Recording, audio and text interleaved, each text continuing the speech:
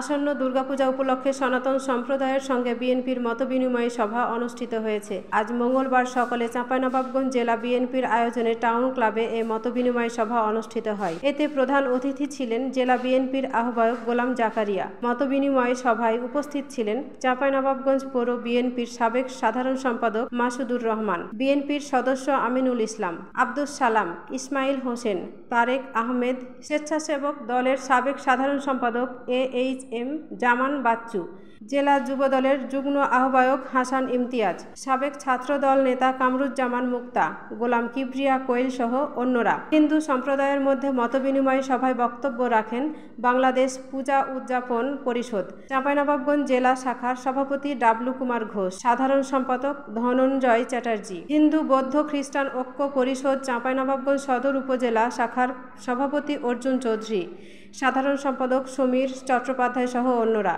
সভায় বিএনপি নেতারা বলেন, জেলায় যতগুলো পূজা মণ্ডপ থাকবে সবগুলোতে বিএনপির স্বেচ্ছাসেবক টিম থাকবে। সেই টিম সনাতন ধর্মাবলম্বীদের সঙ্গে সমন্বয় করে নিরাপত্তা বিধান করবে। যদি কোথাও কোনো সমস্যা হয় তাহলে জেলা বিএনপি তাৎক্ষণিক সেটির পদক্ষেপ নেবে। পূজা মণ্ডপে নিরাপত্তা নিশ্চিত করে সাম্প্রতিক সম্প্রীতির উদাহরণ সৃষ্টি করতে চায় বিএনপি। সনাতন ধর্মাবলম্বীদের সঙ্গে বিএনপির ইতিবাচক সম্পর্কের কথা তুলে ধরে হিন্দু নেতারা বলেন, বিএনপি নেতাদের সহযোগিতা পেলে আগামী দিনে তারা জাতীয়তাবাদের সঙ্গে থাকতে চান। বিএনপি নেতারা তাদের সুখে দুঃখে পাশে থাকবেন, এমনটাই প্রত্যাশা করেন তারা। Desk report, Chapai journal, Chapainawabganj.